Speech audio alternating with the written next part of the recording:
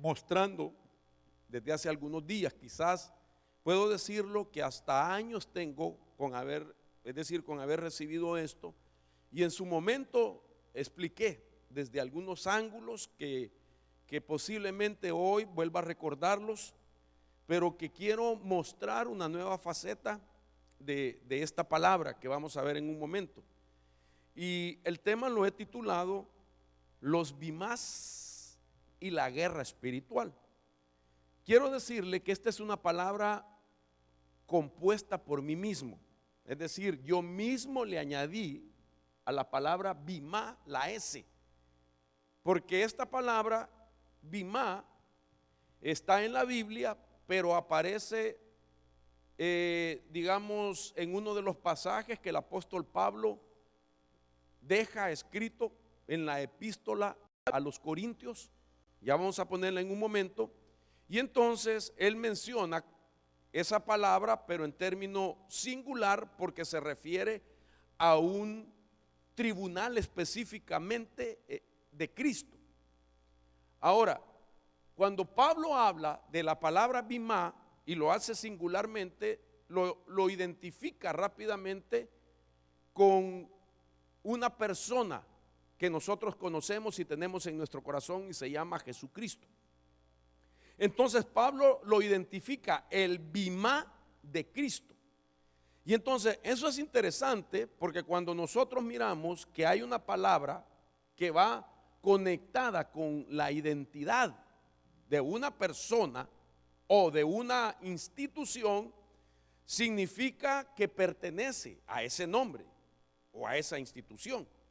En este caso, al decir bimá de Cristo, está diciendo que ese bimá es de Cristo, pero a la misma vez abre, hermano, la pauta para que nosotros entendamos de que hay otros, aló, y que por esa razón se aclara que ese es de Cristo. ¿Me he dado a entender?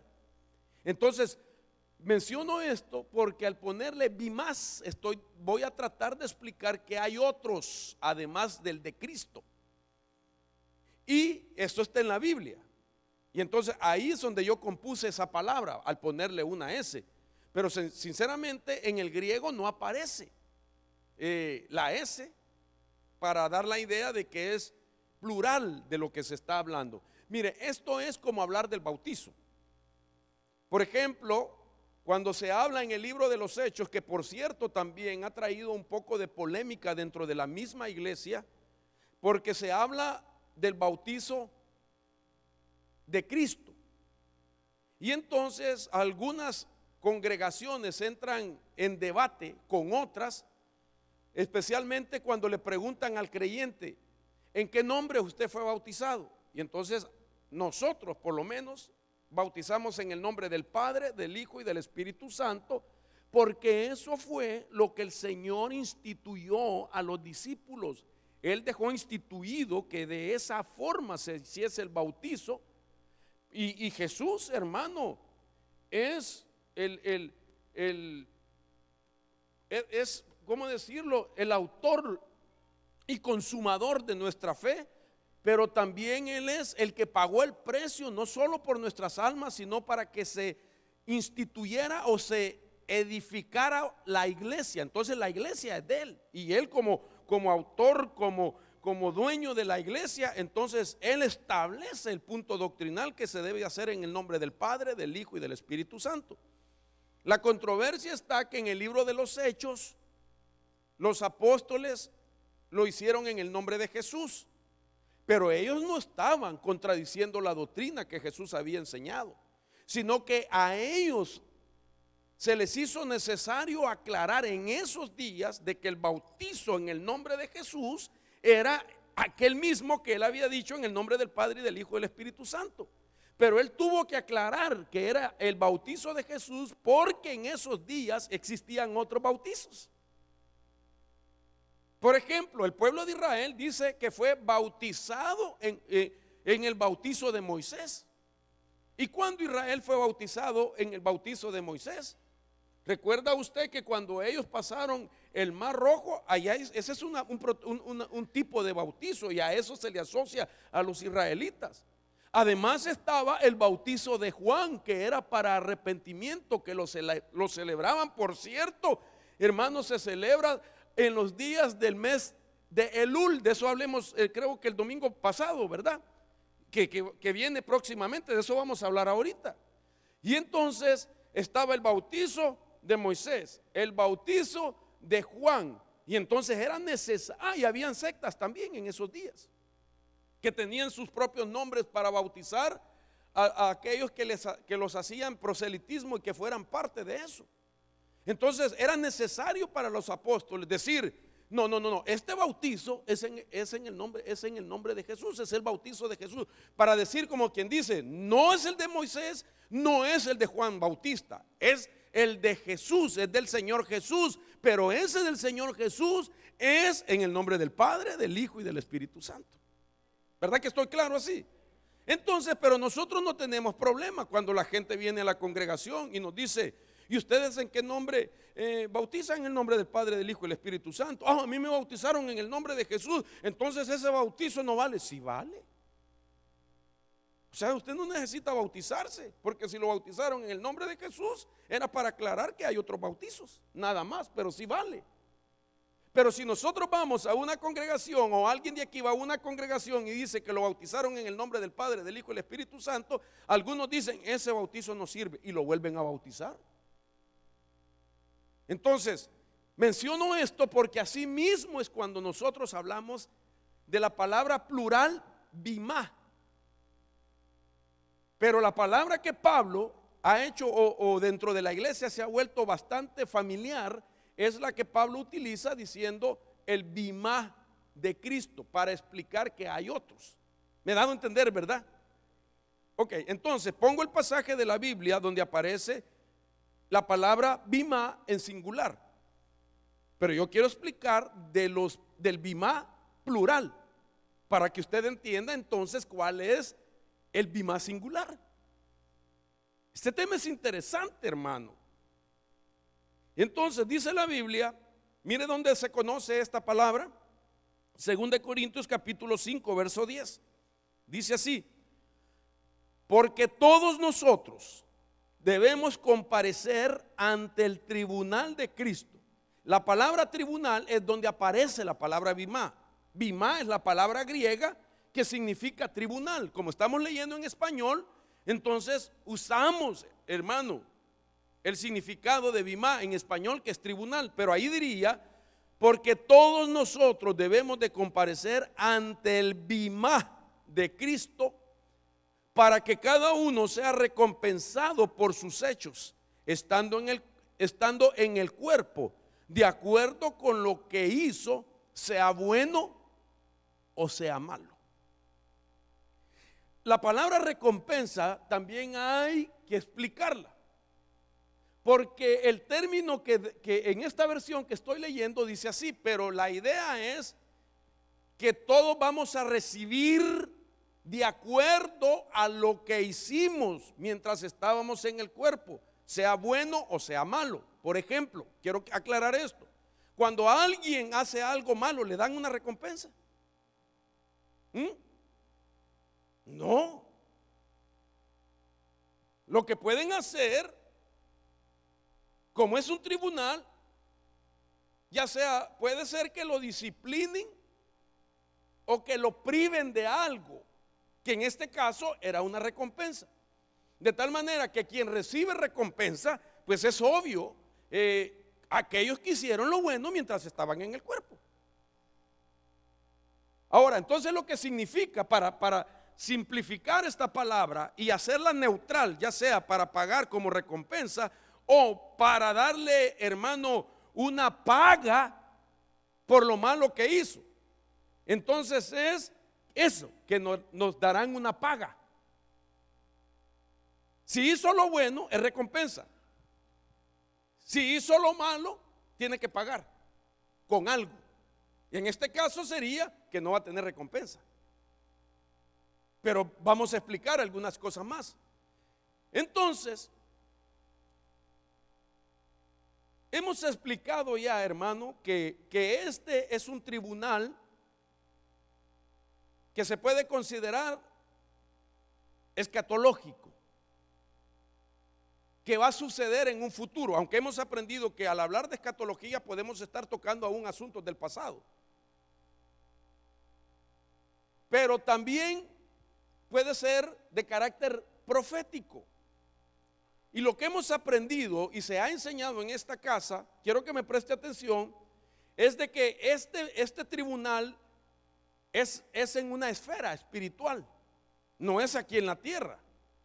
Y la Biblia dice, Pablo le habla a todos los creyentes, como quien dice, toda la iglesia va a compadecer ante el tribunal de Cristo, todos. Y entonces la recompensa para el que lo hayan, hermano, haciendo lo bueno, es de que de ahí será arrebatado. De ahí lo van a arrebatar. ¿De dónde? Del tribunal, del Bimá. Y otros tendrían que ser como paga, hermano, quedarse en la tierra para experimentar los 7 años de tribulación. Entonces, esa es la paga que reciben, porque no les encontraron que habían hecho lo bueno. Entonces, note usted que a mí lo que me llama la atención de esto es que la iglesia por muchos años ha creído que solamente tiene un Bimá en toda su historia como iglesia de Cristo. Es decir, teológicamente se ha enseñado, se ha predicado, se ha establecido como casi doctrina de que ese es el único Bimá que la iglesia va a experimentar. Y es ahí, hermano, donde hay una confusión, porque este Bimá que estamos leyendo en 2 Corintios que Pablo menciona es el último de una serie. Es donde va a concluir el proceso de los Bimá. ¿Me van a entender? Entonces, si es el último de una serie, significa que previo a ese, antes que ese, hubieron otros Bimás, hermano, que sin darnos cuenta a nosotros nos han pasado por ahí. Y nosotros ni cuenta nos damos en qué fecha es que se establecen los Bimás. Mire esto que le estoy diciendo. ¿En qué fecha? Y lo impresionante de esto es que dependiendo de lo que ahí se encuentra, es que Dios da decretos de que a partir de ahí, ¿cómo va a ser la vida de esa persona? Hermanos, lo que les quiero decir es algo profundo en esta tarde. Y es de que en el Bimá, en la serie de Bimás, antes de ese, es donde se decide cuál va a ser el destino tuyo en el próximo año. Perdón, óigame, con temor y temblor, Dios sabe que le he orado al Señor para hablar estas cosas. Se decide si vas a estar enfermo ese próximo año. Se decide si tu economía va a estar afectada. Se decide si vas a tener ciertas batallas de ese Bimá en adelante, no de este, porque este es el último de la serie de Bimás. Y entonces mucha gente lamentablemente sufre la paga de lo que se determina en los Bimás, porque ha pasado por alto algo que podría cambiar definitivamente la decisión que Dios tiene cuando encuentra que una persona ha hecho lo malo. No sé si me está captando. Lo veo pensativo, fíjese. ¿O así es usted? Ok. La palabra que estoy leyendo entonces es esta, Bimá. Esa es la palabra griega, Bimá, que debe de aparecer donde dice tribunal. Pablo dice, repito, porque todos nosotros debemos comparecer ante el tribunal de Cristo, ante el Bimá de Cristo, pero este es el último de una serie. Yo no sé cuántos Bimás todavía hacen falta que nosotros pasemos por ahí para llegar a este final. Porque nosotros no sabemos cuándo viene Cristo. Hermano, el Señor puede venir este año, el siguiente año.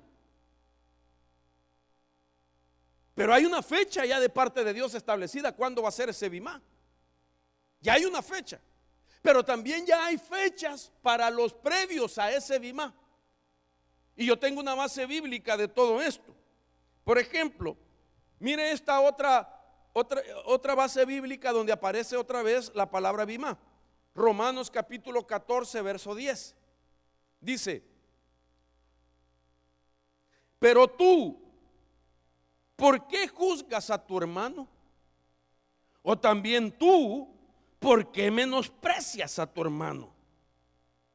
Y dice: porque todos compareceremos ante el tribunal de Dios. Ya no dice de Cristo. Oigan esto. Y resulta que la palabra que aparece ahí es la misma, bimá. Todos vamos a comparecer ante el tribunal, ante el bimá de Dios. En el otro era de Cristo. Entonces esto que estamos leyendo de Romanos 14:10 es otro bimá de esa serie. No sé si me está captando lo que digo, hermano. Para mí es importante esto, porque Dios nos quiere dar una victoria. Dios quiere que tú sepas cómo te puedes, oiga esto, representar delante de los bimás. Dios quiere que nosotros sepamos cómo presentarlos ante el bimá de Cristo. ¿Alguno de ustedes ha estado alguna vez en alguna corte que le han hecho? ¿Ha estado en algún tribunal? ¿Ha tenido representación legal? ¿Ha tenido abogado? ¿Verdad que le dicen a usted, primero le dan unas instrucciones? Mire, usted no diga nada, todo lo voy a hablar yo. Usted párese, póngase elegante, sea amable, sea educado. Y le dan instrucciones. Por ejemplo, en una corte, por cualquiera que sea el caso, ¿verdad? ¿Es usted culpable? ¿Es guilty o no guilty? Bueno, a nadie le dicen que diga, bueno, I'm guilty, but I'm not guilty. Soy culpable, pero no soy culpable. Entonces hay una palabra, yo no sé si me ayuda a alguien con inglés, con barrera, no content. ¿Sí? ¿Ah? Pero no te estás declarando culpable. Pero eso te lo asesora el abogado. Te dice, eso diga usted. Y eso marca la diferencia. Porque si usted dice, I'm guilty, y aquella situación es de carácter de felonía, entonces por decir guilty es un asunto de felonía. Pero al decir no me opongo, entonces, hermano, eso marca una gran diferencia de que pueda ser que no se considere felonía el caso de esa persona. Oiga esto, pero eres asesorado. Entonces, en el tribunal, en los bimá, nosotros nos tenemos que representar. Yo sé lo que está pensando usted, porque usted me está diciendo, hermano, pero si Jesucristo es el abogado que tenemos. Sí, pero cuando existe un fiscal, que es el diablo. Cuando Satanás te acusa, te señala, te vitupera, entonces Jesús es el abogado.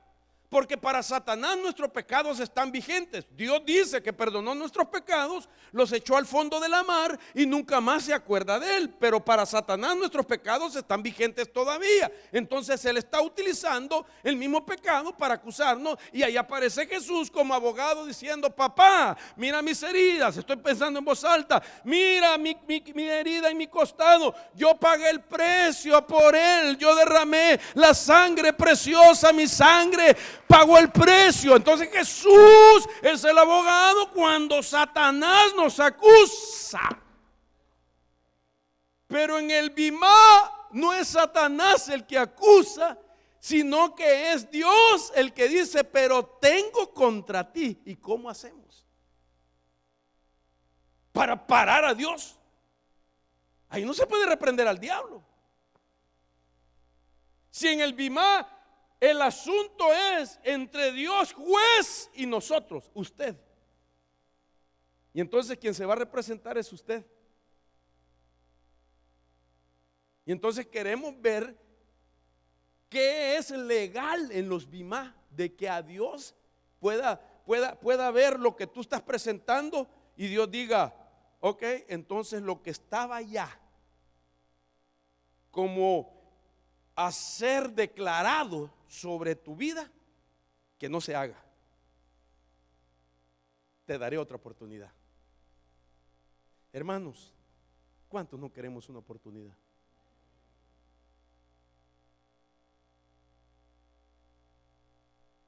Entonces, este tema está tremendo, porque resulta que para entender también los Bimás es necesario entender el tiempo en el que estamos. Por eso usted sabe que yo por varias semanas vine hablándole acerca de entender los tiempos, de la importancia de entender los tiempos. Así como Israel, en una tribu específicamente, habían, dice la Biblia, 200 que eran expertos en discernir los tiempos, con conocimiento de lo que Israel debía de hacer. Los hijos de Isaacar, expertos en conocer los tiempos. Dios quiere tener aquí gente que sea experta en conocer los tiempos. Y la Biblia nos habla, por lo menos según Eclesiastés, textos que hemos hablado, que hemos venido enfatizando por varias semanas. Dice este pasaje de Eclesiastés 3:1, dice, hay un tiempo señalado para todo. Oiga, y hay un tiempo para cada suceso bajo el cielo. Verso 2, hay un tiempo de nacer y tiempo de morir, tiempo de plantar y tiempo de arrancar lo plantado. Cuando usted continúa esa lectura y llega al final, donde se deja ya de hablar de esos tiempos, usted puede contarlos, que son 28 tiempos que están escritos, que están, hermano, que están señalados para que sean como sucesos bajo el cielo. Y entonces yo le ponía un ejemplo hace unos días, que cuando uno no sabe qué horas son, pues no sabe lo que tiene que hacer. Cuando uno no sabe qué horas son, no sabe, hermano, lo que tiene que hacer. Y esto es como decir, cuando uno no sabe los tiempos, por ejemplo, si no sabe cuándo es el tiempo de sembrar y no sabe cuándo es el tiempo de recoger, puede ser que quiera recoger cuando es el tiempo de sembrar, lo que tú hablabas hoy, Armando. Quiere recoger, quiere tener bendición, quiere tener cosecha, pero nunca sembró. Y entonces no conoció los tiempos. Hermano, esto es algo interesante, porque aún Jesús dice, exhortó a Jerusalén y le dijo, Jerusalén, Jerusalén, vienen días sobre ti, donde te rodearán, te traspasarán, te derribarán tus casas y a tus hijos dentro de ellas, por cuanto no conociste el kairos, tiempo de tu episcope, de tu visitación. No entendiste el tiempo de tu visitación. Entonces Dios quiere que nosotros conozcamos sus tiempos. Ahora, de los tiempos que yo quiero hablar, primeramente, para que usted sepa, pero mejor dicho, antes de eso, ¿usted sabe en qué tiempo estamos?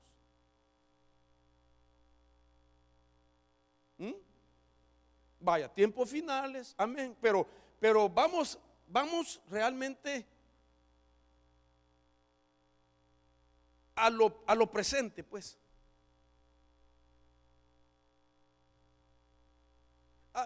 Tal vez no me he dado a entender. ¿Usted sabe qué mes es este?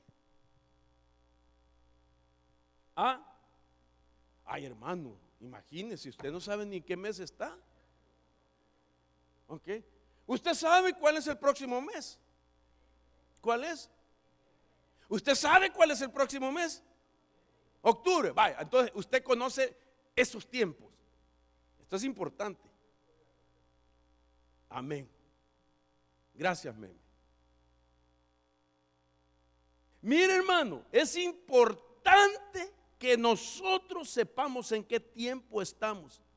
Le voy a decir algo, y la razón de este tema. Estos meses, por lo menos los 3 últimos meses, agosto, septiembre y octubre, son los meses donde hay un mayor movimiento espiritual en las esferas.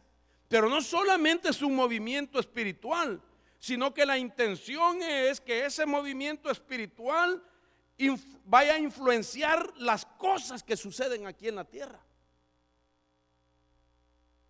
Ese tiempo estamos. No hay otro tiempo más peligroso dentro del ciclo de los meses del calendario gregoriano. Tengo que decir gregoriano primero porque ese es el calendario al que nos regimos en este hemisferio.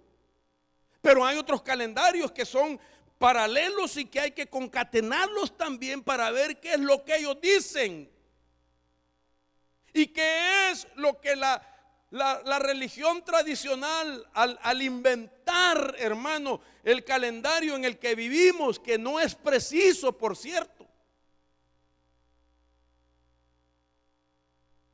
está tratando de opacar y que la gente no sepa realmente lo que está sucediendo en el ámbito espiritual.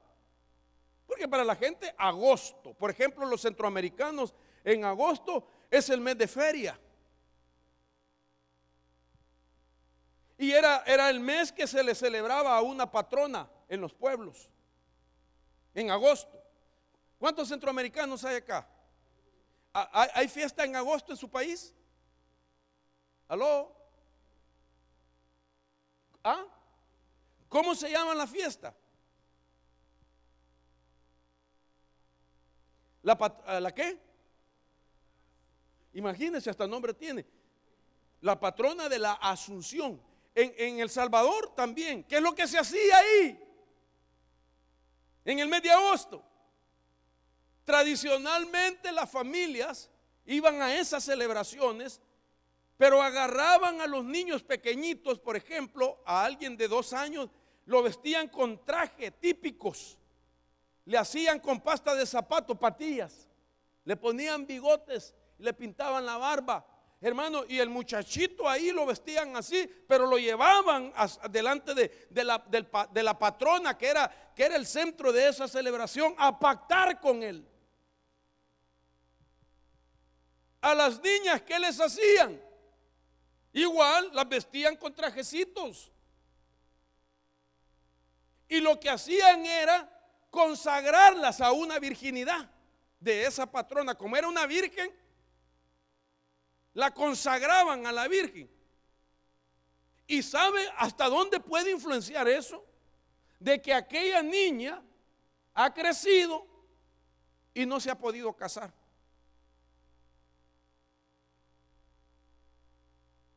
Otras personas han tenido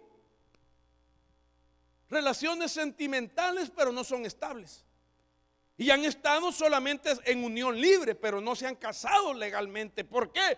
Porque de niña las consagraron a un estado de virginidad en el ámbito espiritual. Y todos los meses de agosto ese espíritu viene a revisar de que esté todavía ese lazo en el niño o en la niña. ¿Por qué cree que en nuestros países predomina mucho la relación sentimental libre y que se le da poco importancia al estado del matrimonio en nuestros países? Por lo mismo, por la influencia espiritual en el mes de agosto. Ahora, para entender esto, tengo que repetirle lo que puse el domingo pasado, y es este calendario. Este calendario, como decíamos, usted nota que tiene los nombres de un calendario que para nosotros no es familiar. Sin embargo, para ayuda de nosotros, en el segundo círculo que está aquí, el azul, se ponen los nombres del calendario del cual estamos familiarizados.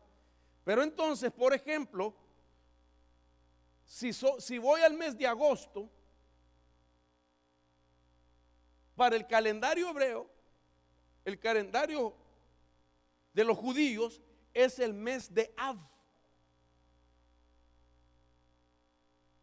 Si queremos saber cómo se llama lo que nosotros conocemos como septiembre, para ellos es el mes de Elul. Para nosotros, ¿qué hay en la idea? El mes de agosto.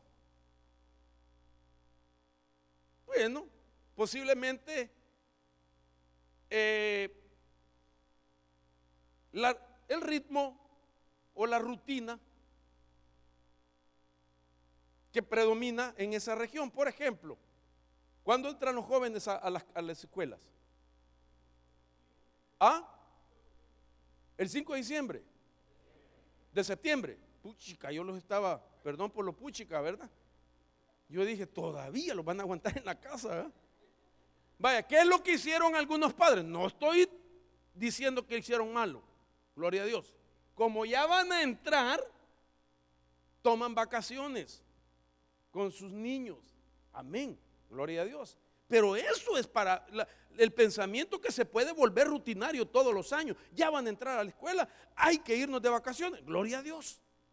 Qué bueno que usted puede hacerlo, me da envidia santa. Pero para la mentalidad antiguo testamentaria no es tener vacaciones. No estoy diciendo que está mal, por favor, ¿verdad? Porque los hermanos hasta han venido requemados del sol californiano. Aleluya. A mí ni me gusta California, hermano. Ya mordido, ¿verdad? Ok. Para ellos no es tiempo de vacaciones porque van a ir sus hijos a la escuela, sino que es un tiempo de silicio, de ayuno y de lamento. Mire cómo cambia la mentalidad. Ahora, ¿por qué? Yo le expliqué a usted lo que significa para ellos, pero déjeme primeramente poner los meses más peligrosos en el ámbito, hermano: agosto, septiembre y octubre. En medio de la alegría que se van de vacaciones, mire cómo estamos ahorita, que fue en agosto, este 2017, que se dio un eclipse solar que atravesó todo el país de Estados Unidos. Y que sabemos, lo hemos explicado, que los eclipses solares es advertencia, dije el domingo pasado, para la tierra, para el mundo, de que Dios está advirtiéndole al mundo de que algo va a suceder. Cuando es eclipse lunar, es una advertencia para Israel. Israel sabe que Dios quiere darles un mensaje. Miren nosotros entonces ahora, recién pasó el eclipse y miren lo que pasó ahorita en Texas. Seguido una tormenta, un huracán que se llama Harvey. ¿Y sabe qué quiere decir Harvey? El que vino a luchar. Entonces, ¿qué era? Que arrasó, hermano, una ciudad. Me llamó la atención que tuvieron que evacuar a mucha gente de una ciudad llamada Corpus Christi, ¿va? Botó techos, destruyó negocios. La tormenta, el huracán se llamaba el que vino a luchar. Entonces, ¿qué era? Después de eso,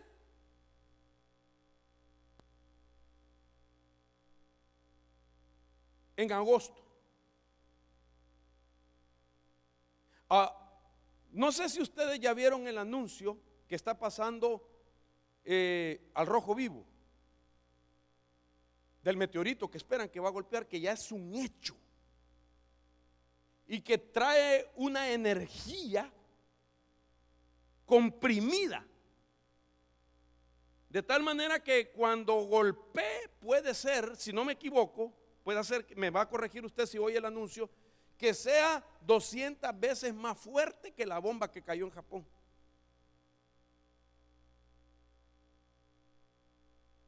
Y que se supone que va a pegar cerca de Puerto Rico. Ay, hermana.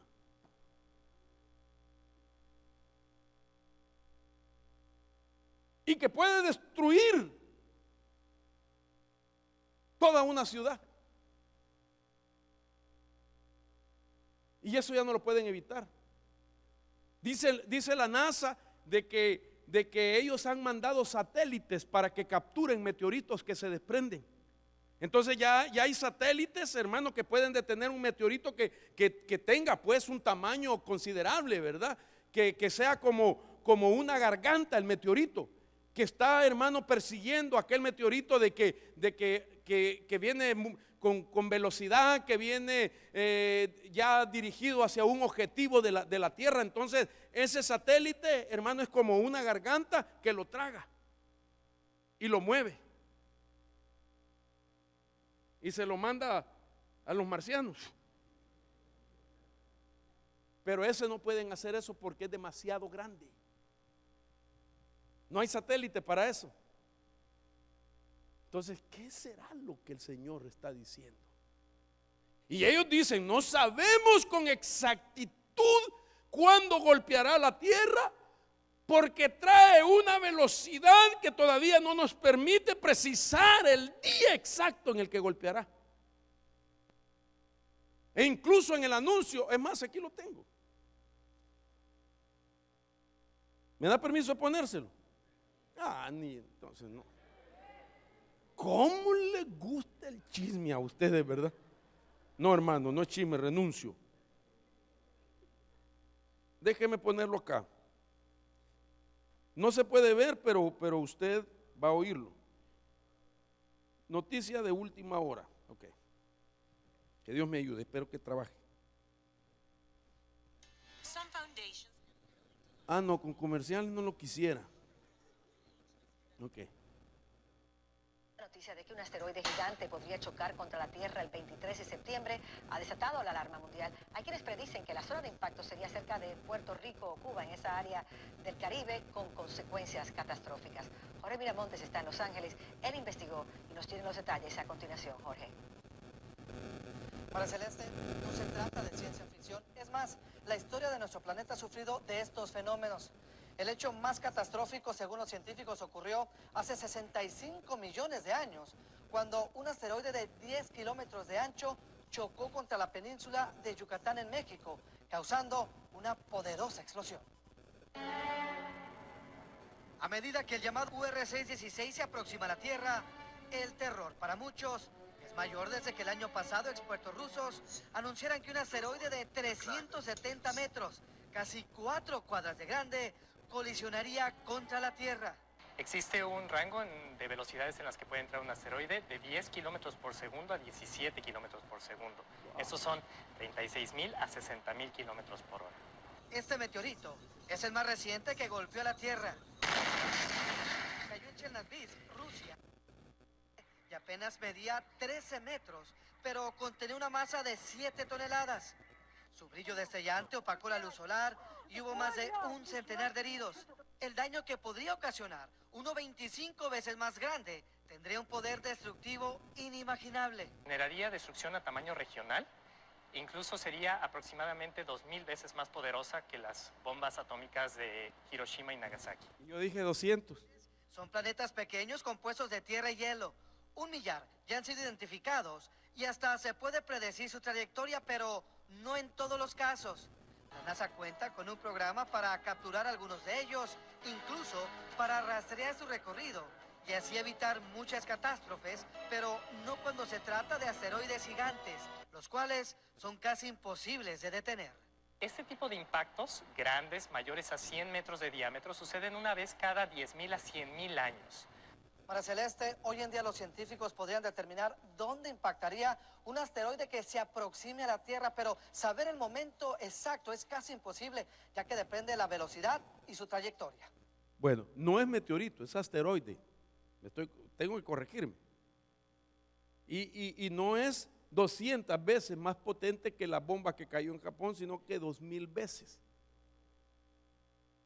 ¿Cuándo? No se sabe. Pero ya están asustados, ya están, hermano, dando noticias. Y esta no es vaya, un sitio de internet amarillista, ¿verdad? Sino que para que ya sean cadenas de noticias prestigiosas que dan esa información, entonces quiere decir que ellos ya corroboraron con alguna fuente oficial de lo que va a suceder. Hermano, qué tiempo en el que estamos.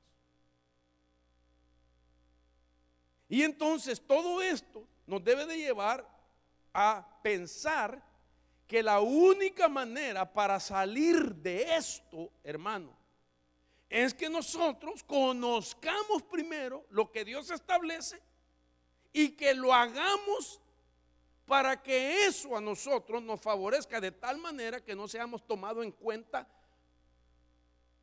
como el mundo va a experimentar lo que viene. Si escrito está que el justo no perecerá juntamente con el impío. Pero entonces, ¿quién es justo y quién es impío? ¿Qué hace el justo y qué hace el impío? Para que haya esa distinción, hermano. Nosotros por la fe somos justificados, somos justificados. Pero nuestra norma de vida es vivir en justicia, ser justos. Para que haya la distinción con el impío y que Dios diga, no, ese asteroide no es para mi hijo, él es justo. Lo voy a librar de ahí, lo voy a sacar de ese lugar porque él es un justo. Pero si aquel justo se volvió impío, puede estar, hermano, en el enfoque de un trato diferente. Sin embargo, al impío Dios le da la oportunidad para dejar de serlo. Y eso es lo que queremos aprender. Entonces, yo no creo que tenga necesidad de recordarle, pero creo que por algunos hermanos, ¿verdad? También es bueno porque no vieron o no oyeron este dato. Por ejemplo, ¿cuáles son los datos que Israel registra y que lo lleva a ellos a tener lamento? Entre ellos son los siguientes. Por ejemplo, las cosas que sucedieron un 9 de Av, en un mes de agosto para nosotros, pero para ellos era el mes de Av. Para ellos, cuando se acercan al mes de Av, para ellos es un tiempo de lamento que les hace recordar en el pasado acontecimientos que causaron, hermano, trato específico con ese pueblo. ¿Saben que nosotros necesitamos cambiar nuestra manera de pensar? Porque nosotros incluso nos olvidamos de los tratos pasados que ha tenido Dios con nosotros. Y nosotros deberíamos, hermano, orar, ayunar, gemir a Dios cuando nos acercamos incluso a fechas donde sufrimos una caída, donde cometimos un error, una falla. Nosotros celebramos los cumpleaños, deberíamos de ver cuándo, en qué mes, en qué día, perdón lo que voy a decir, caí. Estoy hablando pluralmente. ¿En qué mes fue y en qué día fue el que cometía aquel error, aquella falla, y se está aproximando otra vez esa fecha y ese mes? Deberíamos orar y decir: Señor, fortaléceme para que los espíritus que se movieron ese día y me atacaron a mí, Señor, no me vuelvan a encontrar una puerta abierta, no vuelvan a encontrarme una debilidad en mi vida, sino que me hallen lleno de la presencia de Dios, que me hallen con fe, que me hallen viviendo con temor y temblor, para que no hagan nada en mi vida. Deberíamos de vivir así. Y yo le he enseñado a usted en el pasado que Dios trata de manera diferente con cada uno de nosotros. Pero cuando cada uno de nosotros ha experimentado un trato específico, eso significa que Dios siempre va a tratar contigo así toda la vida, no va a cambiar. Porque Dios lo que hace es que ese trato se vuelva particular. Para que como es como decir, como que Dios dice, así voy a tratar contigo todas las veces que vayas a punto a hacer lo mismo o que hayas hecho lo mismo. Por ejemplo, yo veo en la iglesia que hay gente que hace cosas, hermano, y Dios no la trata según. Hay gente que hace cosas por años, pasa un año haciendo lo mismo, 2 años y pareciera de que no existe la justicia de Dios.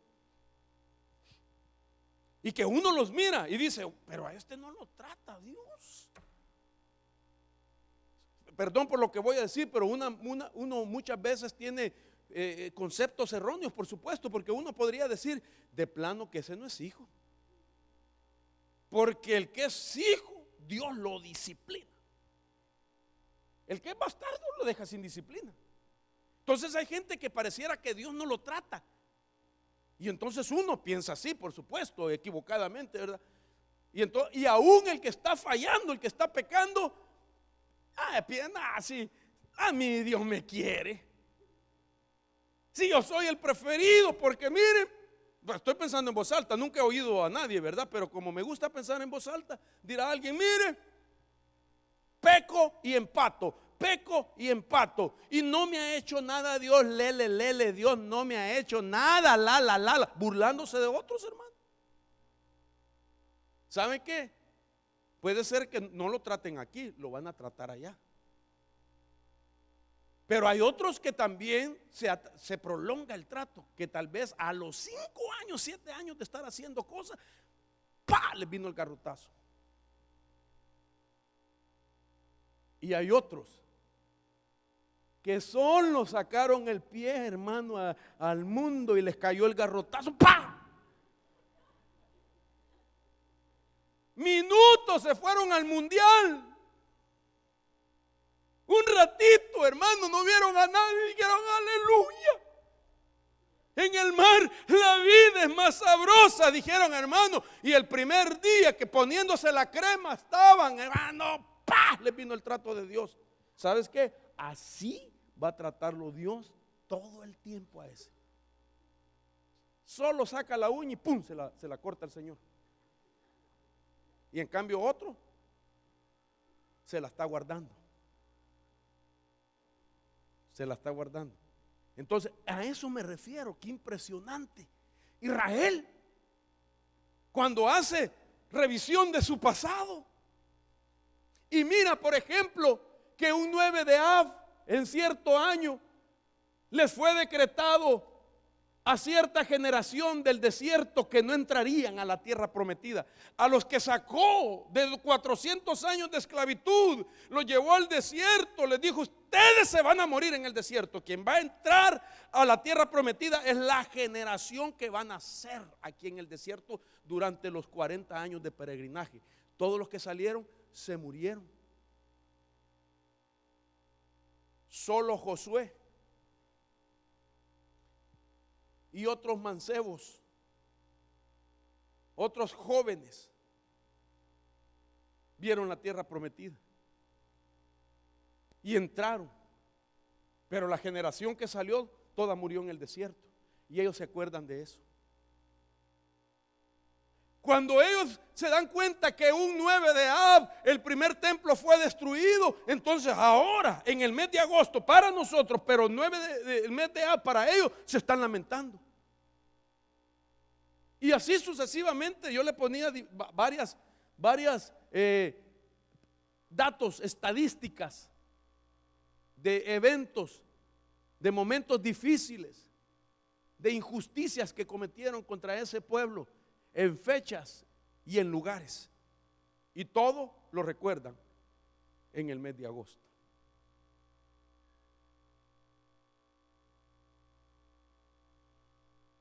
Y lo más tremendo es que yo he puesto por lo menos 7, 8 cosas que sucedieron. Pero cuando usted hace una actualización de otras cosas que han sucedido en el mes de agosto, hermano, la lista crece. Esos fueron los eventos más significativos para Israel. Le destruyeron el templo 2 veces.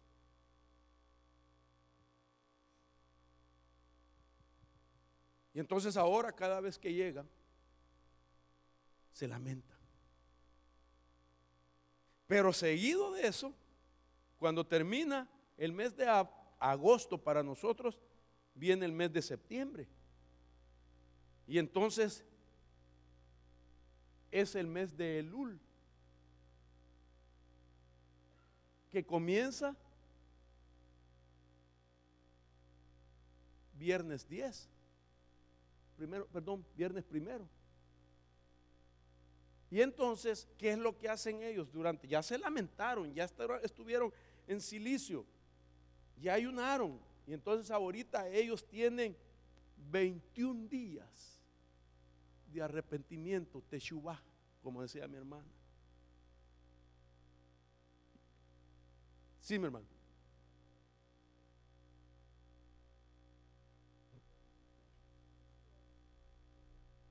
Ajá. Los meses no son como los meses civil, ¿verdad? Es de overlap. Por eso cuando usted los presenta, le presenta agosto, pero están divididos. Está casi agarra 2 meses. Right, claro. right. So eso viene, si lo podemos ver, o en la danza o en lo espiritual, viene siendo así, ¿verdad? Ajá. Entonces cuando se empieza a una cosa, se sigue la otra. Quiere decir que cuando empezaron cuando vinieron esto a arrepentimiento, que es el teshuvah, ¿verdad? No termina en agosto. Claro, No termina en septiembre. Ahora vienen todas las fiestas que yo las celebro, ¿verdad? Todas las fiestas del fall, ¿verdad? Y estas son una de las fiestas de arrepentimiento, de llorar, de venir delante del Señor, de esperar todas esas cosas. Pero como somos cristianos, hemos recibido a Cristo, no lo vemos así, ¿verdad? Pero eso no quiere decir que no venimos delante del Señor y le decimos, ¿qué es lo que yo estaba supuesto a hacer que no he hecho? Claro, es que a eso me refiero. Lo que nosotros no hemos hecho, porque no tenemos claro, hermano, eso. Entonces, no le hemos dado importancia tampoco a lo que se mueve durante esas fechas. A eso me estoy refiriendo. Entonces, note usted lo que voy a explicar, ¿verdad? Que he entendido es que son 21 días de arrepentimiento. Cuando llegamos al día 21, entonces este mes que es Elul, entonces aquí ya a este día 21 del mes de Elul se le llama Rosh Hashanah, que quiere decir cabeza de año. Pero es impresionante porque resulta que es cuando se establece el Bimá. Es decir, que durante esas fechas ese pueblo ya sabe que se acerca los días en que se abren los libros en los cielos y se empieza a buscar hechos de personas por nombres. Y entonces necesitamos saber o ser conscientes nosotros, porque nadie se va a arrepentir solo por religión. Porque esto también hay que aclararlo. No es que, vaya, por ejemplo, en nuestros países, durante la Semana Santa, y de Santa no tiene nada, ¿verdad? Porque es la Semana Zángana donde todos se van a tomar a las playas y a hacer sus relajos. Pero mire, supuestamente penitencias. Allá va la gente a las procesiones, ¿verdad? Golpeándose con un látigo o cargando urnas pesadas. como para quien dice purificarse durante ese tiempo. Pero eso es tradición. Es decir, no podemos llamar a la gente al arrepentimiento solo para ser parte de una rutina, sino que el arrepentimiento es una acción profunda, que es personal, donde lleva involucrado sentimientos, emociones, entendimiento. Se involucra todo eso, hermano. No es solamente, hermano, arrepiéntase, llore, hermano, llore arrepentido. Eso es fácil, llorar. La gente tiene que entender por qué se va a arrepentir. Entonces quiere decir que el arrepentimiento está basado en un autoexamen. ¿Qué hiciste en el transcurso de estas fechas? En el ciclo de esas fechas, donde Dios te da la oportunidad, si te arrepientes de verdad, a que lo que Él estaba dispuesto a declarar sobre ti que vendría para ese próximo año, porque es cabeza de año, el Señor diga: por tu verdadero arrepentimiento no se hará así. Hermano, el arrepentimiento cambia todas las cosas. Escrito está: un corazón contrito y humillado no desprecia a Dios. Usted sabe que hace unos domingos atrás hablé del perdón también, y les di como una etimología de lo que es el perdón, y les dije: hermano, el perdón es un poder para ser libre. El perdón, cuando nosotros perdonamos las injusticias que nos han hecho, hermano, nosotros en ese momento estamos anulando el derecho que tiene un espíritu de tormento para atormentar. El proceso de sanidad puede ser un poco más prolongado, puede tardar un poquito más, porque yo no quiero, hermano, crear falsas expectaciones y que alguien piense: ah, no, solo perdono y me voy a sanar mis emociones. Tal vez no, hermano. Tal vez va a tener que pasar unos meses, como le expliqué en ese tema, donde la sanidad va a ser progresiva. Pero dije yo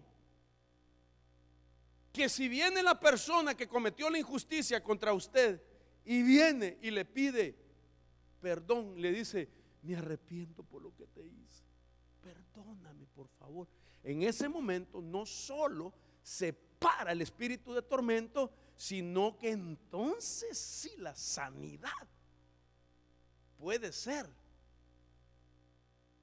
instantánea o inmediata. Oiga, ya es diferente, porque estuvo alguien diciéndote eso. Porque nosotros no sabemos lo que está pasando, hermano. Hermano, si nosotros somos 2/3 de emociones, hermano, que alguien le diga, por ejemplo, una injusticia, y que le diga: no te perdono. No necesita ser intelectual para procesar y entender la lógica. En su sistema emocional él percibe esa negatividad. Sus emociones dañadas, envenenadas, las percibe asociadas al evento. No es un asunto mental, sino que sus emociones en ese momento se alteran, se envenenan. Pero si viene y le dice: te perdono, tampoco necesita ser intelectual para procesar lo que ahí está pasando, sino que sus mismas emociones perciben esa palabra. Hermano, me estoy dando a entender. Decir te perdono es una palabra poderosa, tiene un poder que hace una sanidad en tus emociones, como decir no. ¿Se acuerda que un día hablamos de aquel japonés que hizo un estudio con el agua? Que dependiendo el tipo de palabra, si era negativa, mala, y si era una palabra de bendición, saludable, el agua como que se cristalizaba y tomaba forma de diamantes. nosotros tenemos agua en el cuerpo. Nosotros somos 70% agua. Y que le diga, no te perdono.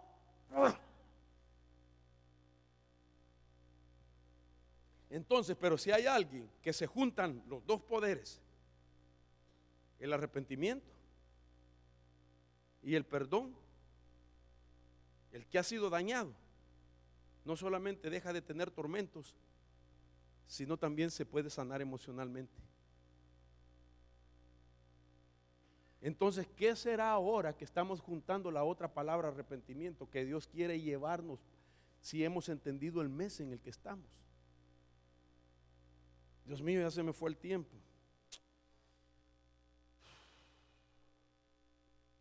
Mire, yo no sé ni cómo prediqué hoy, hermano.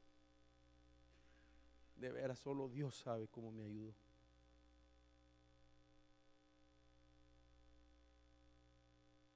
Porque no es fácil estar sentado en un aeropuerto y tratando de venir a traerles un mensaje fresco a ustedes. No sé, de veras, y no me estoy captando, no sé ni cómo he venido a explicar esto. Pero lo que sí creo es que Dios tiene un mensaje para nosotros en esta congregación. Entonces, septiembre para nosotros, ahora estamos entrando al mes de septiembre, Elul, es llamado el mes del perdón. Y lo empezamos a hablar con anticipación. Es el mes del arrepentimiento. Es el mes de la misericordia. Es el mes de la contrición o compunción, es decir, compungir. Es el mes de la piedad. Quiero explicar esto. Rosh Hashanah viene de una traducción literal del término Rosh, en hebreo significa cabeza. Y mire el significado dinámico de esto.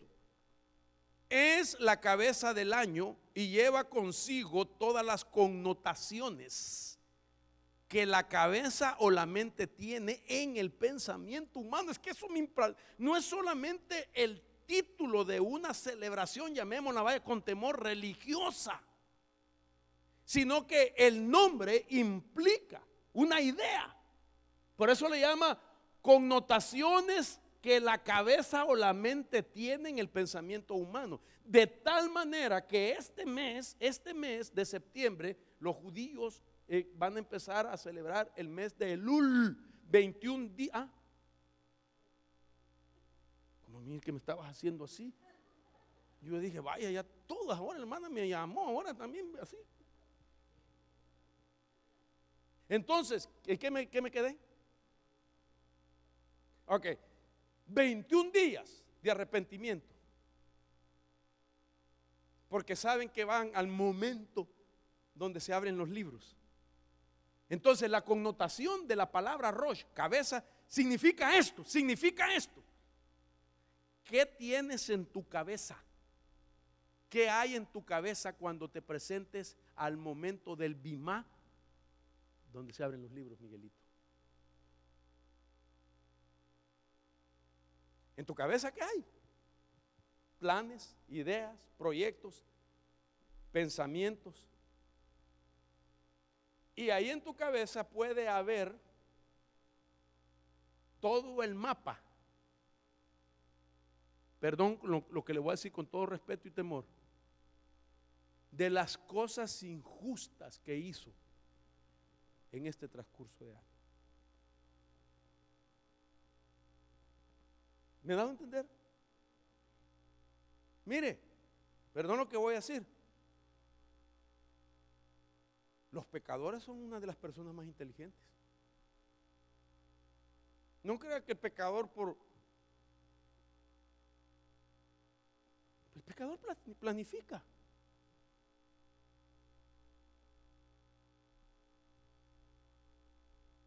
El pecador planifica. Él sabe a qué horas, dónde. No es tonto. Son proyectos en la mente. Dice la Biblia. En el salmo que leíamos, no sé cuándo de estos días, hablamos de aquel que desde la cama estaba pensando iniquidad. Dice un libro, un salmo, ¿verdad? Y no se avergüenza. Dice que en la cama y está diciendo, bueno, mañana una canita al aire. ¿Me doy a entender ese dicho feo?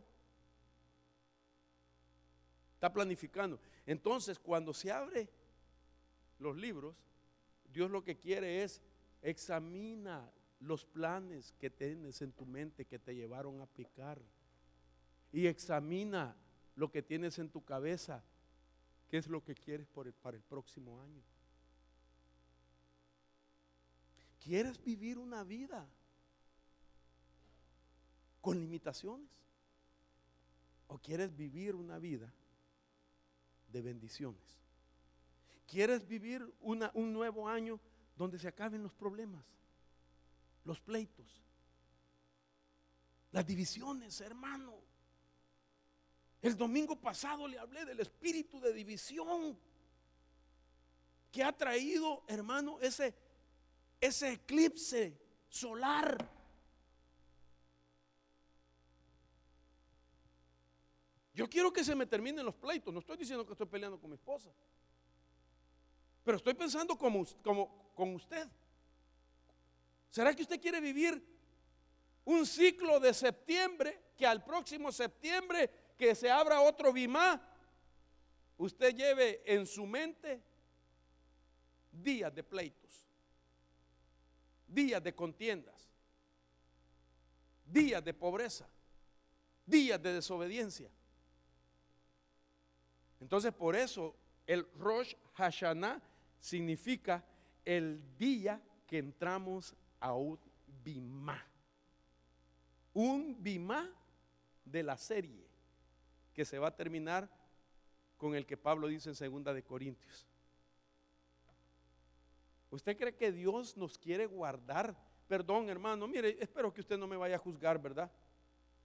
Porque si usted me juzga, miren cómo ha venido, por eso no nos gusta que se vaya a predicar, viene así. No, tampoco, hermano, no me esté juzgando. Porque si no, eso lo tiene que declarar en el Bimá.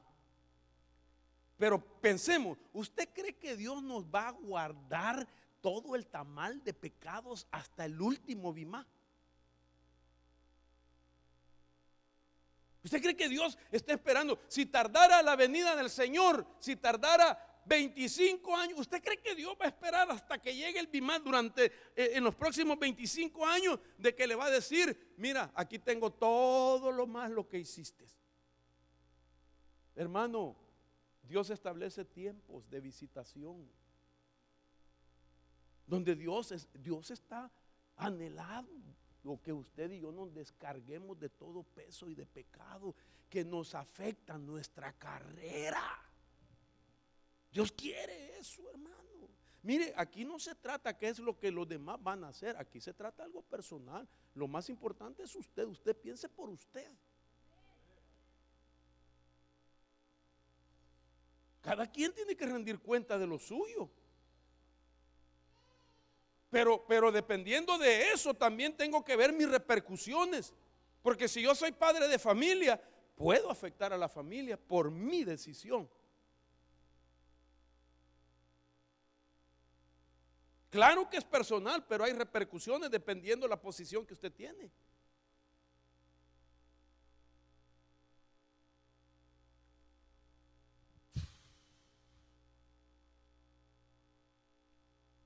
Y fíjese que no he llegado al momento del Bimá.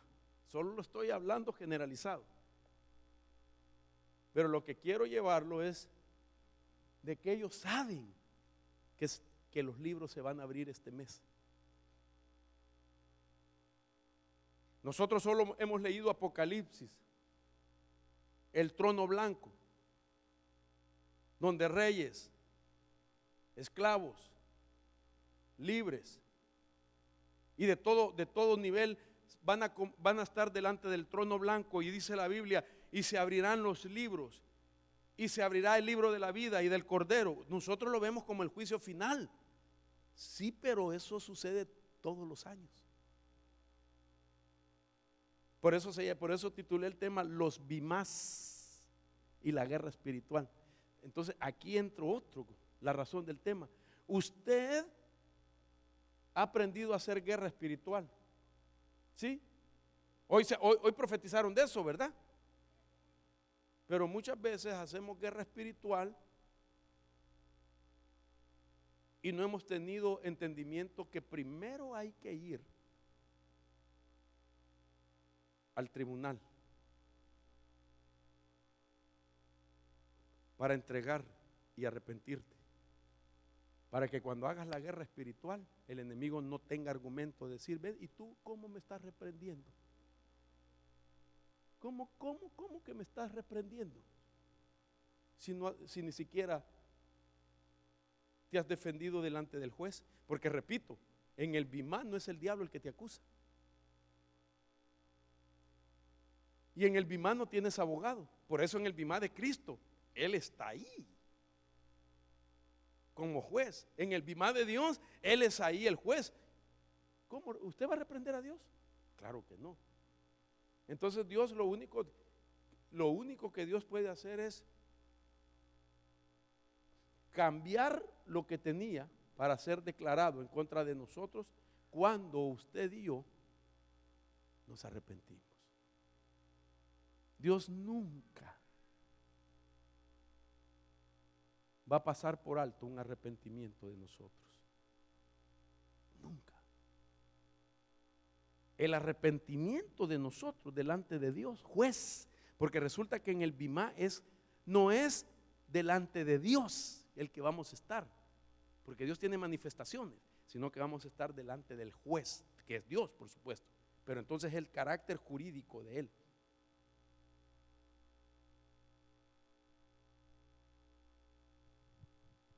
Y entonces yo me voy a defender diciéndole, Señor, yo ya me arrepentí de lo que hice.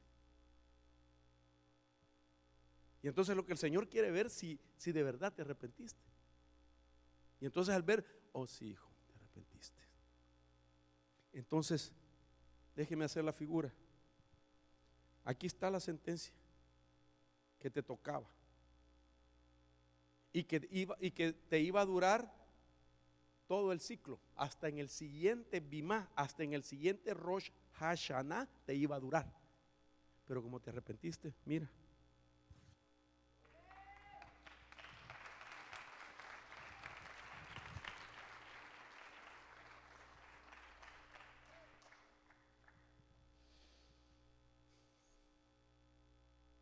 Tengo que terminar, hermano. Miren, apenas 13 slides y todavía no he llegado al punto. Pero le voy a enseñar primero Dios esta semana. ¿Cuándo sucede esto? ¿Dónde vemos una figura? ¿Qué es lo que Juan dice?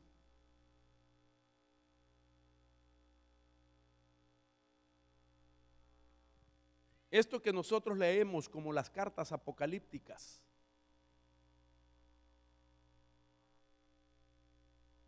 es exactamente eso, libros abiertos. Usted sabe que primero a la iglesia de Éfeso se le dice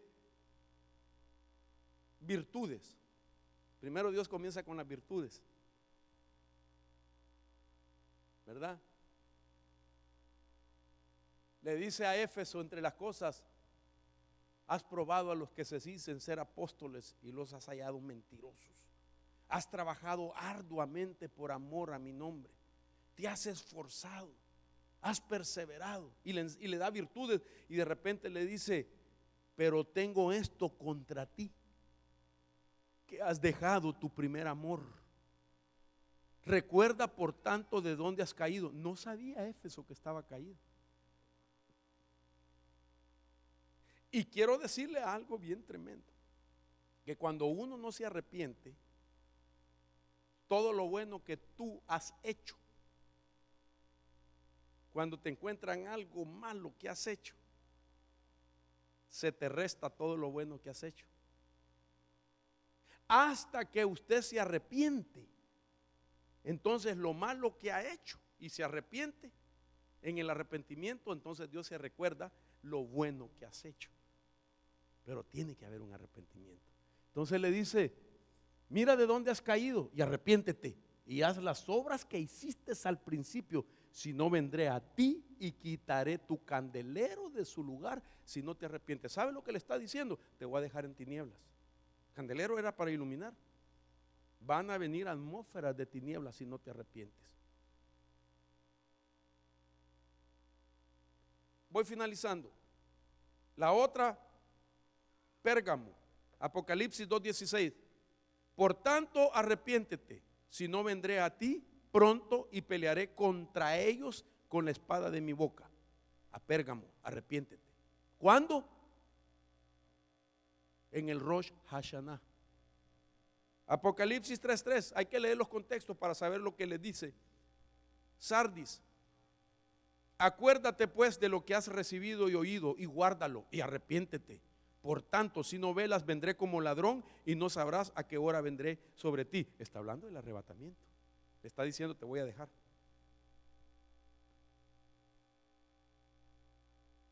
La Odisea: yo reprendo y disciplino a todos los que amo. Sé pues celoso y arrepiéntete. Estas cartas, cuando Juan recibe la visión, estas cartas no eran otra cosa más que la idea de los libros que se abren en el día del Rosh Hashanah.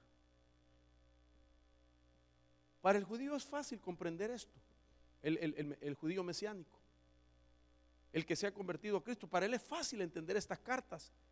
Ellos dicen: el Rosh Hashanah es eso.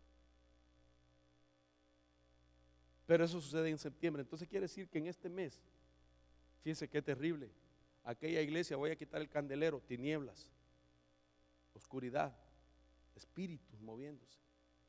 Mire lo que viene después de septiembre: Halloween.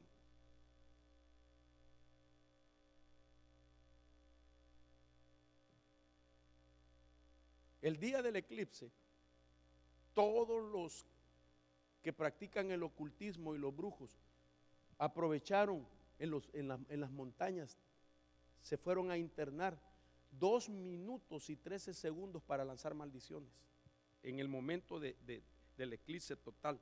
2 minutos aprovecharon para lanzar maldiciones. Ellos saben que hay un mover espiritual en el mes de septiembre. Enfermedades, conflictos, crisis económica, esto y lo otro. Entonces quiere decir que incluso en esos días, la doctrina lo enseña así, basado en esas cartas, en esos días se decidía quién se moría ese año.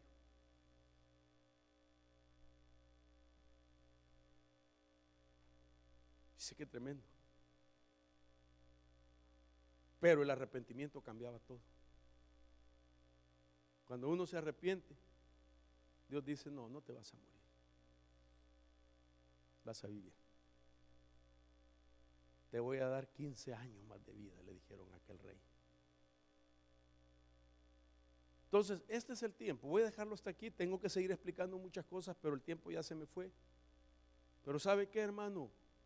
Dios nos está dando una oportunidad para no ser afectado por el mover espiritual de estos días. Nunca, es decir, los días donde hay un movimiento de espíritus más fuerte es durante los meses de agosto, septiembre y octubre. Se intensifica la lucha. Y fíjense que el Rosh Hashanah no es el día del Yom Kippur, otra cosa.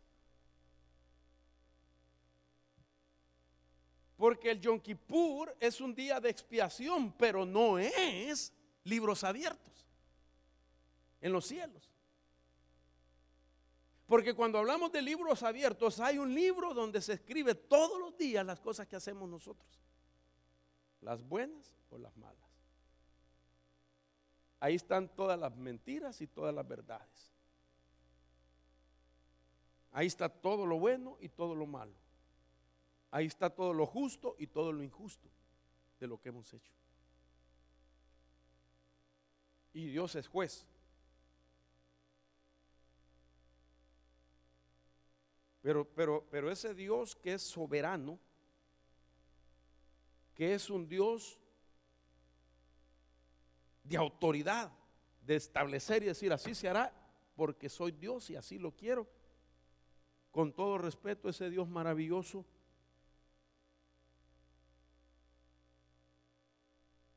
cambia lo que quiere hacer con el arrepentimiento. Si aún nosotros como seres humanos, ¿cómo puede cambiar una situación crítica en nuestras casas cuando hay arrepentimiento? Cuando hay conflicto en nuestros hogares, cuando hay batallas en nuestros hogares. Hermano, aquí se trata de que cada uno se examine. Si todos en casa hiciéramos eso, de entender, de ser consciente que es un tiempo para estarnos examinando, no para echar culpa, es que por tu culpa, sino que es un tiempo que cada uno reconozca, que le pida perdón a Dios, que se arrepienta delante de Dios, que cambie las cosas, pero también sería bueno que lo haga delante de aquel o decir del hombre o la mujer, a la persona que alguien ha dañado. Si usted o yo he dañado, ir y decir, me arrepiento de lo que hice. Y eso puede cambiar.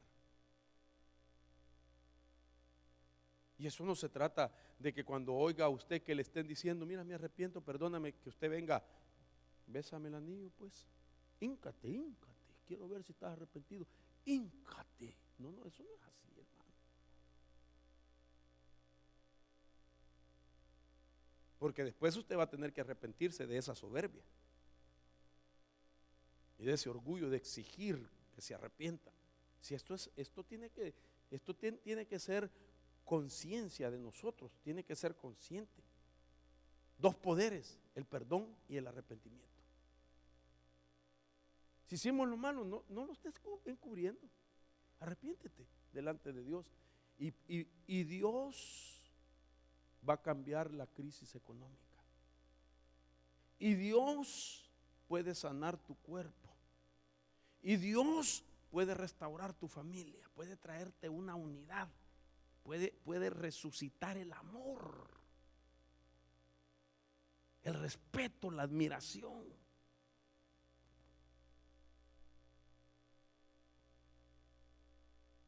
Y nos sana a la vez.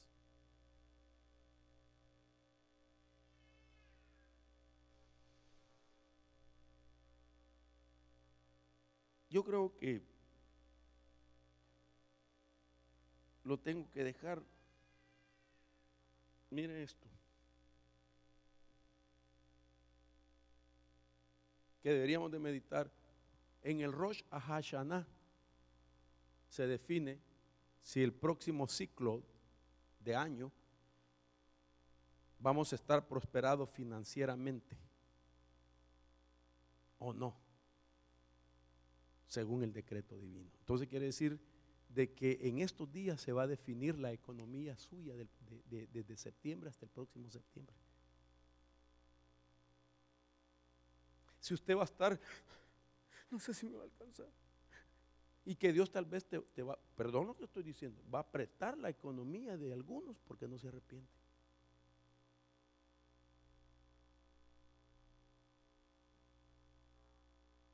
Las consecuencias de comer el fruto prohibido dio lugar a que los sacaran de su propio hábitat Adán y Eva. ¿Sabe qué significa? Vino una sentencia sobre Adán y Eva que les afectó su casa. Si Dios creó ese hábitat para ellos y Dios los puso a ellos como diciendo, miren, esto les he dado yo quiero que lo disfruten, pero el pecado de ellos hizo que se les afectara su hábitat. Hay muchas casas que están pasando cosas bien tremendas, hermano, problemas fuertes que se puede cambiar. Se puede cambiar si buscas con arrepentimiento delante de Dios. Porque ahí Dios conoce tu situación, pero tú te vas a defender. No hay abogado, porque no es Satanás, dije ya, acusándote, sino que es lo que Dios tiene de récord tuyo. ¿Será que le podemos decir a Dios, no, Dios, te equivocaste, algún chismoso vino? No, Él lo escribió, sus ojos atalayan toda la tierra, dice su palabra. Él te mira desde que te levantas y te acuestas. Y Él, okay. Y hermano, y todos los tiempos, todos los ciclos del Rosh Hashanah se declara. Bueno, de paga a ellos porque no se han arrepentido. Problemas económicos, problemas familiares, problemas de salud, inestabilidad.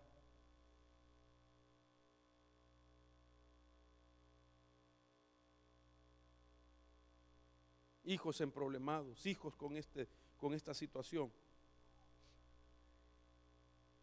¿No cree usted que Dios a nosotros los padres nos está llamando primero al arrepentimiento? Hermano, si Dios quiere bendecirnos, Dios quiere darte, hermano, que tú no tengas momentos críticos de decir, ¿y cómo voy a hacer? Yo oí que estaban tocando el piano, ¿o será que me lo inventé? ¿Ah? No estaban tocando el piano. ¿De veras? ¿Lo oyeron ustedes? No lo. ¿Ah? ¿Verdad que estaban?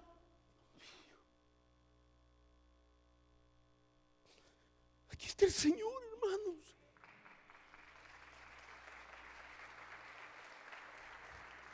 Hermano, yo escuché el piano. ¿Usted lo oyó, hermano Carlitos? ¿Verdad?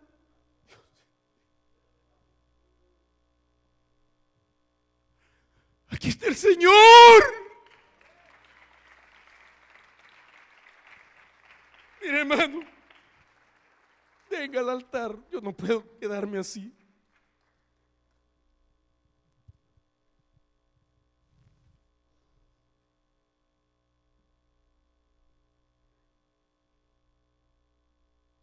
Mire, yo sé que eso ha quedado grabado, hermano. Me revisan esa grabación. Créeme que yo creí que alguien estaba parado en el piano. Hermano, este mensaje es para ti. Así es, busca cambiar esa situación. Busca cambiar el decreto en contra de tu familia, de tu vida. Busca, porque estás delante del juez. Arrepintámonos, pueblo.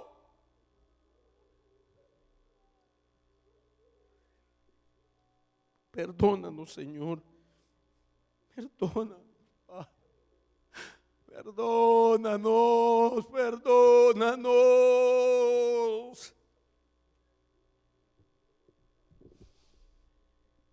Escucha, Señor, el clamor de tus hijos. Sí, mamá, gime. Arrepiéntete. Si tu esposo no lo quiere hacer, hazlo tú. Tu papá, hazlo. Hazlo por tus hijos. Hazlo por tu vida. Hazlo en el nombre de Jesús. Se han abierto los libros. Y es el Señor el que está dando testimonio de lo que has hecho. No es nadie más. No es el diablo, es Dios. Lo que dice: tengo contra ti.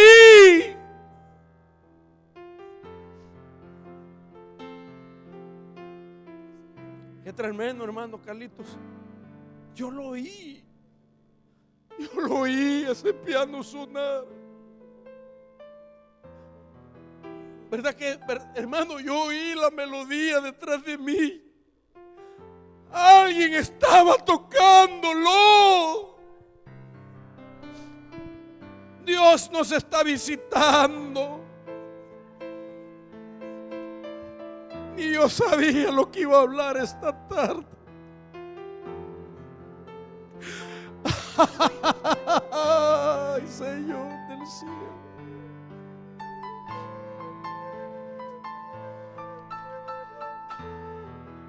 Era como una arpa que estaba sonando.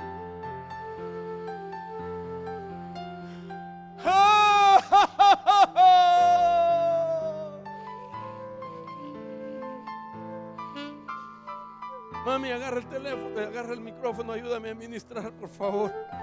Así es, Freddy. Cambia esa situación.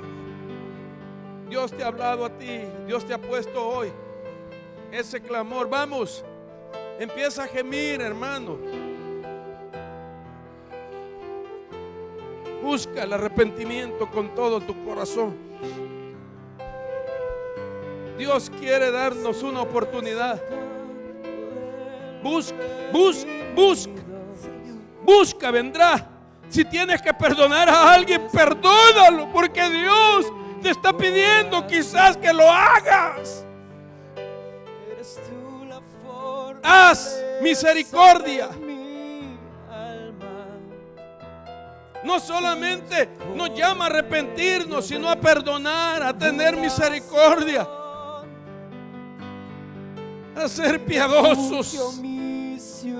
Vuélvete a Dios. Vuélvete a Dios con todo tu corazón. Y caramamama y catalabaso. Los cielos están abiertos. Tú puedes cambiar lo que te está pasando. Tú puedes cambiar lo que te está pasando si llegas arrepentido delante del Señor. En el nombre de Jesús. Confiesa, hermano, confiesa. Si has pecado, confiesa si le has fallado a Dios.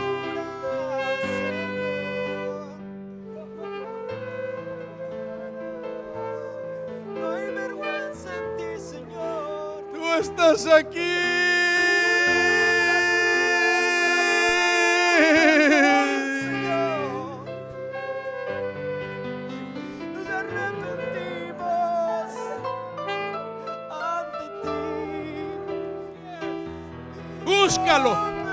Búscalo, gímele, clámale. Si mi pueblo se humillase y clamaren a mí y se arrepintieren de sus pecados, yo, dice el Señor, inclinaré mi oído, oiré sus oraciones y sanaré su tierra, te dice el Señor. Todo el espíritu de guerra que se ha levantado en contra de ti. Porque la palabra de Dios es viva y eficaz y penetra hasta lo más profundo de nuestro ser. Este fue un mensaje de Iglesia de Cristo Llamados a Conquistar, Ministerio Ebenezer, Oregón. Hoy me encuentro en Corros. Agradecemos a Dios por la oportunidad de llegar a tu vida a través de este medio. Si este mensaje fue de bendición para tu vida, escríbenos a nuestro correo o ingresa a nuestra página web. Visítanos en Iglesia de Cristo Llamados a Conquistar, Ministerio Ebenezer, Oregón. Nos congregamos todos los viernes y domingos. Para más información, llámanos o visita nuestra página web. Te invitan los pastores Mario y Luz Rivera y la congregación de Iglesia de Cristo Llamados a Conquistar, Ministerio Ebenezer, Oregón.